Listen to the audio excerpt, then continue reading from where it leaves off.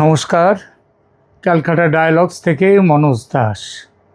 ভারত ও বাংলাদেশের 4096 কিলোমিটার দীর্ঘ সীমান্ত একসময় যা ছিল বন্ধুত্বের মেলবন্ধন, আজ তা পরিণত হয়েছে দক্ষিণ এশিয়ার সবচেয়ে বড় ভূ রাজনৈতিক উত্তেজনার কেন্দ্রে। বিএসএফ ও বিজিবির মুখোমুখি অবস্থান, অনুপ্রবেশকারীদের পুশব্যাক আর সেই সাথে সীমান্তে নতুন করে তৈরি হওয়া কাঁটাতারের বেড়া, সব মিলিয়ে পরিস্থিতি আজ বারুদের স্তূপে পরিণত হয়েছে। আজকের এই আলোচনায় আমরা খতিয়ে দেখব কেন দুই দেশের সীমান্ত আজ এক চরম সন্ধিক্ষণে দাঁড়িয়ে, কেন মনে হচ্ছে আমরা একটি অলিখিত কিন্তু নিশ্চিত যুদ্ধের দিকে এগিয়ে চলেছি। বর্তমান পরিস্থিতির মূলে রয়েছে পুশব্যাক বিতর্ক। একদিকে ভারত তার অভ্যন্তরীণ নিরাপত্তার খাতিরে অনুপ্রবেশকারীদের, তাও তাদের সংখ্যাটা কম নয়, কমপক্ষে 2 কোটি এবং ঊর্ধ্বপক্ষে 3 কোটিও ছাড়িয়ে যেতে পারে, এই বিরাট সংখ্যক বাংলাদেশি অনুপ্রবেশকারীদের ফেরাতে বদ্ধপরিকর ভারত। অন্যদিকে বাংলাদেশের বর্তমান শাসকরা তাদের গ্রহণ করতে নারাজ। আমরা জানি যে এই নারাজ হওয়ার পেছনে অনেক বাস্তবিক কারণ আছে। যে দেশ এমনিতেই চরম দারিদ্র্যের মধ্যে রয়েছে, যাদের এই মুহূর্তে সেইভাবে মানুষের খাদ্য, বস্ত্র, বাসস্থানের তেমন করে সুযোগ করে দিতে পারছে না, নানান অসুবিধে রয়েছে তাদের খাদ্যের সব কিছু দিক দিয়ে, তার উপরে 2.5 থেকে 3 কোটি মানুষকে যদি নিতে হয়, তাহলে তাদের নানা রকম অসুবিধে, তারা আরও বিপর্যস্ত হয়ে যাবে। শুধু তো 3 কোটি মানুষের জন্যে কয়েকদিন আগে ভারতের পররাষ্ট্র দপ্তর থেকে বলেছে যে আজ থেকে 5 বছর আগে মানে শেখ হাসিনা তখন ছিলেন, তখন থেকে 2860 জন মানুষের একটা তালিকা বাংলাদেশের কাছে পাঠিয়ে দেওয়া হয়েছে তাদেরকে গ্রহণ করবার জন্যে, নিয়ে যাওয়ার জন্যে। বাংলাদেশ তার উত্তর আজ অবধি দেয়নি। দিলে মুশকিল আছে। এই তালিকাটা এই ভিত্তিতে একবার গ্রহণযোগ্য বলে তারা ধরে নিলে তারপরেই এই তালিকাতেই তো আর শেষ নয়, এবং এটা তো সবে শুরুও নয়, একেবারে শুরুরও আগের মাত্র 2860। এরপরে একটা বিরাট সংখ্যক মানুষের লিস্ট চলে আসবে। তো এই দুই অনমনীয় অবস্থানের কারণে বিএসএফ ও বিজিবি আজ সরাসরি মুখোমুখি দাঁড়িয়ে গেছে। কিন্তু এর চেয়েও ভয়ঙ্কর হলো এর সামাজিক প্রভাব। বাংলাদেশে কমতে কমতে যে 1.5 কোটি হিন্দু এখনও অবশিষ্ট আছে, তারা মুখোমুখি হয়েছে এক তীব্র আতঙ্কের। আর সেই 1947 সালের পর থেকে দীর্ঘ প্রায় 8 দশকের অভিজ্ঞতায় যা দেখা গেছে, এরকম একটা পরিস্থিতির উৎপত্তি হয় আর হিন্দুরা আতঙ্কিত হয়ে দেশ ছাড়ে। এবারও এই পরিপ্রেক্ষিতে হিন্দুরা আতঙ্কিত হয়ে আবার দেশ ছাড়তে শুরু করেছে। তবে এবার দেশ ছেড়ে ভারতে চলে আসাটা সহজ নয়। আগে দেশত্যাগ করে আসা হিন্দুরা সীমান্তে বাধা পেত না, এখন পাচ্ছে।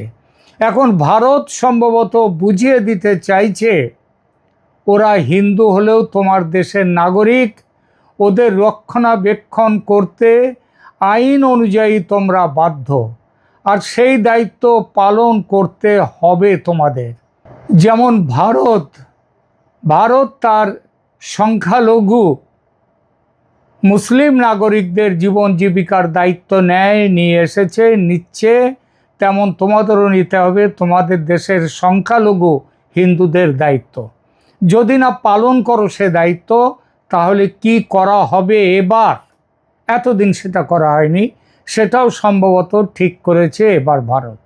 সেই ঠিক করাটা কি বলবো, তবে এখন নয়, আলোচনার শেষে। যা বলছিলাম, সীমান্তের পশ্চিমবঙ্গ পারে ভিড় জমাচ্ছে অনুপ্রবেশকারী বাংলাদেশিরা, দেশে ফিরবে বলে, স্বেচ্ছায় নয়, ভয়ে।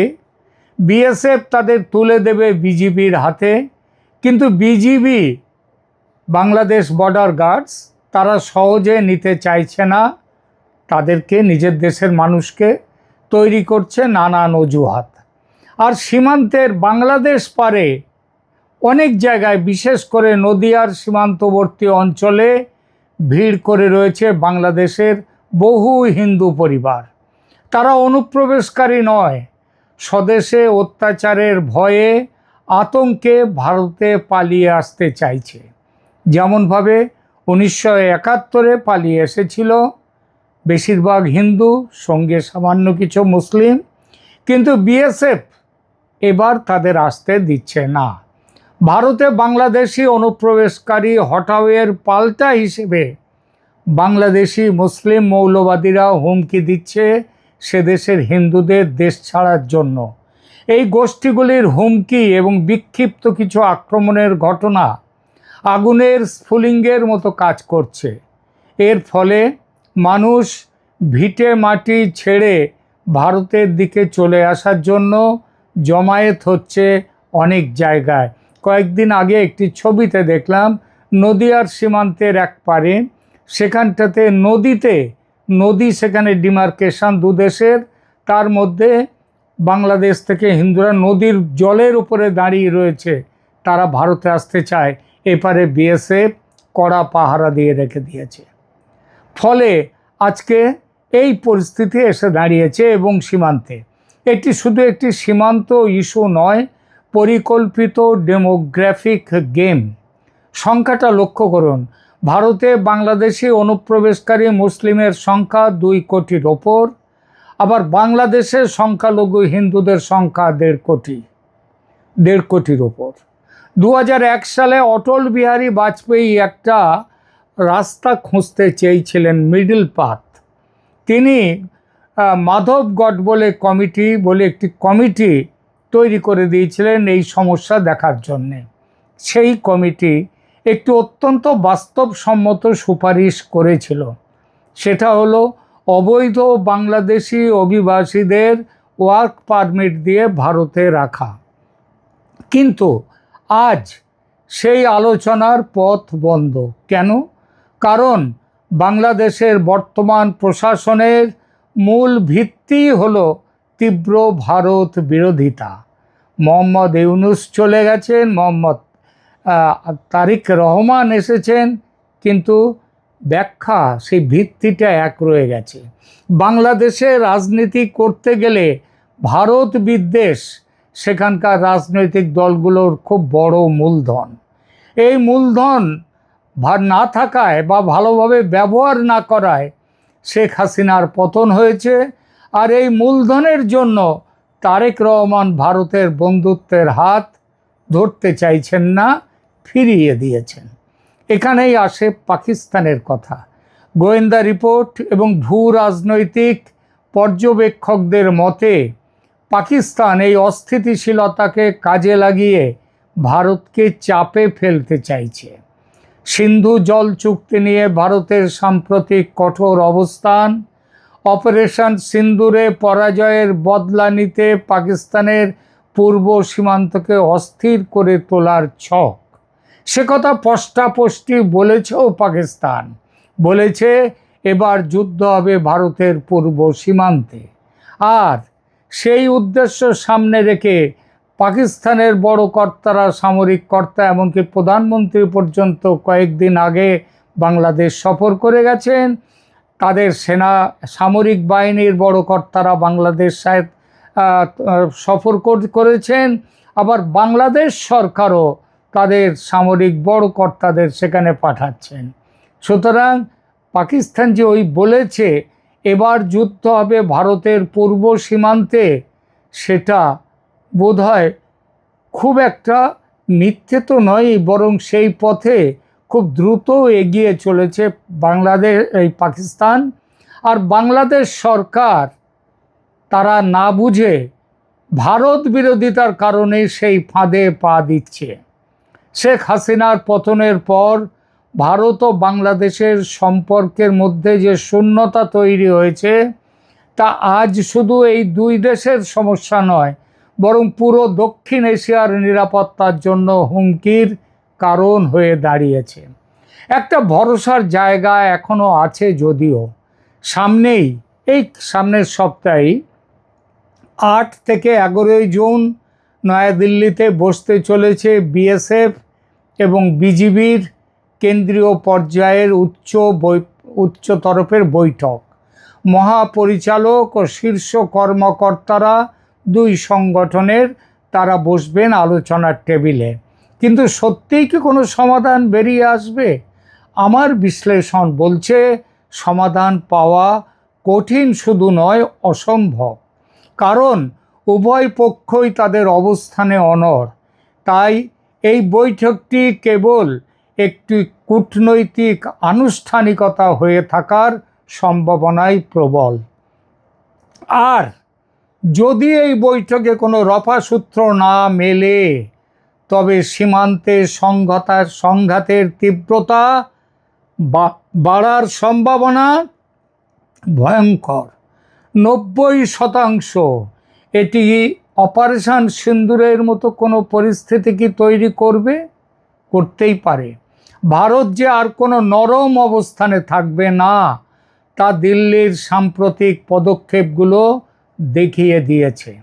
এই খবরও আসছে দিল্লির রাজনৈতিক সূত্র থেকে, বাংলাদেশের হিন্দুদের যদি এবার গ্রহণ করে ভারত, তবে তাদের জনসংখ্যার আনুপাতিক হারে বাংলাদেশের ভূমির দখল নেবে ভারত।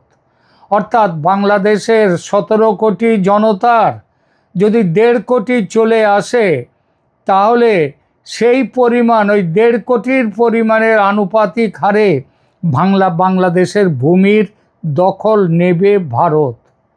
এমন কথাও আসছে বর্তমানের সঙ্গে পুরনো বকেয়া হিসাবও মিটিয়ে নিতে এবার পারে ভারত। এছাড়া ভারত সরকার এখন তার উত্তর পূর্বাঞ্চলীয় নিরাপত্তা এবং ভারতের অখণ্ডতা রক্ষায় জিরো টলারেন্স নীতিতে অটল। তাদের কাছে এটি কেবল আর সীমান্ত ইস্যু নয়, এটি জাতীয় অস্তিত্বের প্রশ্ন। অন্যদিকে বাংলাদেশের বর্তমান শাসকরা তাদের রাজনৈতিক অস্তিত্ব টিকিয়ে রাখতে ভারত বিরোধিতাকে হাতিয়ার করেছেন। বাংলাদেশের হিন্দুরা তাই আজ এক বিপজ্জনক মোড়ে দাঁড়িয়ে। প্রশ্ন একটাই, কূটনীতির কি এখনো জেতার সুযোগ আছে, নাকি ভারতের পাবলিক ডিপ্লোমেসি বা সাধারণ মানুষের সাথে সরাসরি যোগাযোগের পথ ছাড়া আর কিছুই বাকি নেই?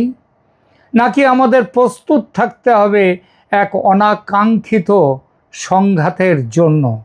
প্রিয় দর্শক, আপনারা কি মনে করেন, এই পরিস্থিতি কি আলোচনার মাধ্যমে মেটানো সম্ভব, নাকি আমরা একটি বড় সংঘাতের দ্বার প্রান্তে? এই সম্ভাবনা কিন্তু এখন যত দিন যাচ্ছে তত কিন্তু একদম প্রকট হয়ে উঠছে। আর অনুপ্রবেশকারীদের নিয়ে যে সমস্যা আজ বেঁধেছে, এই সমস্যায় যদি বাংলাদেশ তাদের নিজেদের মানুষদের ফিরিয়ে না নিতে চায়, তাহলে ভারতের সামনে, আবার বলছি, সামরিক সংঘাত ছাড়া কোনো রাস্তা নেই। আর তার পাল্টা হিসাবে যদি বাংলাদেশের হিন্দুদের ওপরে কোনো রকম অত্যাচার হয়, এবার ভারত মুখ দর্শক হয়ে বসে থাকবে না, এবং ওই বাংলাদেশের হিন্দুরা উদ্বাস্তু হয়ে ভারতে আসবে, আবার লাখে লাখে 1.5 কোটি। ভারত আর সেই পথে চলবে না, মেনে নেবে না। এখনকার মতো এখানেই রাখছি।